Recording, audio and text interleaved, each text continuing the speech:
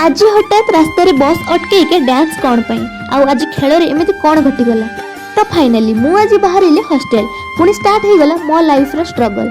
आम कोरापुट पूरा प्रकृति रे भरा भरा ए सब पर स्टेशन पहुंची हॉस्टल पळी आस्तिली। माउसी हमर हॉस्टल नीट एंड क्लीन रे लागि पड़छन। तापरे ब्रेकफास्ट करि सारी पळी आस्तिली क्रिकेट खेल देखिबा पई।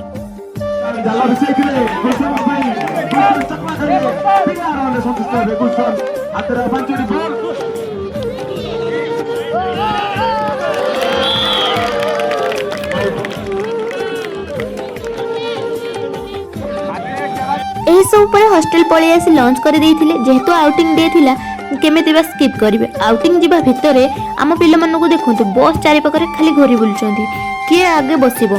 तापर देखला बेलको मझी रास्ता आसी देखला बेलको गाड़ी अटके के डांस करूथिले आ सुंदर डांस करी पैसा मागुथिले काहे कि तांकर को काम रे लगेबे।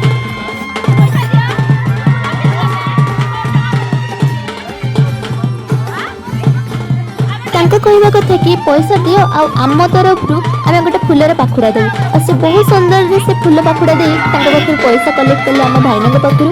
तापर हमको क्यूट से टाटा करी आम आउटिंग बस को छाड़िले।